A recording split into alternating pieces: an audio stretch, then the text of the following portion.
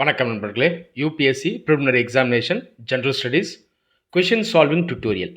இந்த டியூட்டோரியலில் நாம் environment and international relation சம்மந்தமான ஒரு கொஷினை சால்வ் பண்ண போகிறோம். இந்த கொஷின் 2021 ப்ரிலிம்ஸ் எக்ஸாமினேஷனில் கேட்கப்பட்டது. கொஷினை ஸ்க்ரீனில் பாருங்கள். கொஷின் நான் ரீட் பண்ணுறேன். Consider the following statements. Statement 1. The Global Ocean Commission grants licenses for seabed exploration and mining in international waters. Statement 2. India has received licenses for seabed mineral exploration in international waters. Statement 3. Rare earth minerals are present on sea floor in international waters. Which of the statements given above are correct? இந்த கொஷினை நீங்கள் ஒத்து கவனிச்சிங்கன்னா international relation சம்மந்தமாகவும் இருக்குது, geography சம்மந்தமாகவும் இருக்குது, அது இல்லாமல் environment சம்மந்தமாகவும் இருக்குது. இந்த மாதிரி சில கேள்விகளில் கொஷின்ஸை யூபிஎஸ்சி கிளப் பண்ணுவாங்க.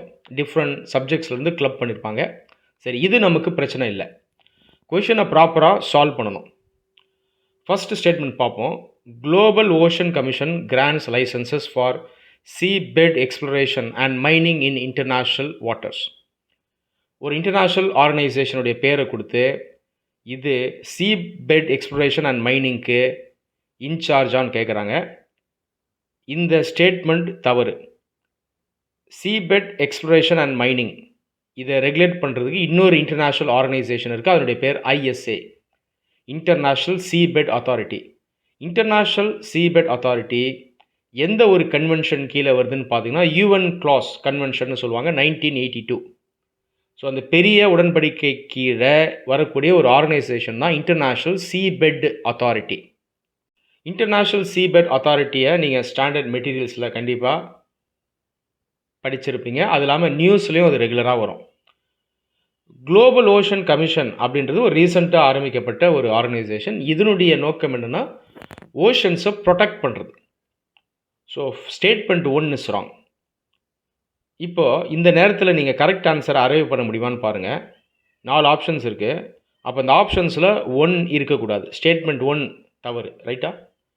அதை வச்சு பார்க்கும்போது ACD 3லேயும் 1 கொடுத்துருக்காங்க, பியில் மட்டும்தான் 1 இல்லை. அப்போ கண்டிப்பாக B தான் கரெக்ட் ஆன்சராக இருக்கும். 2 and 3 தான் கரெக்ட் ஆன்சர்.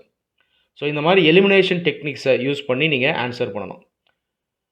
இப்போ 2 and 3 பற்றி ஐடியா இல்லைனா கூட பரவாயில்ல, நீங்கள் கரெக்ட் ஆன்சரை அரைவ் பண்ணிடலாம். புரியுதா?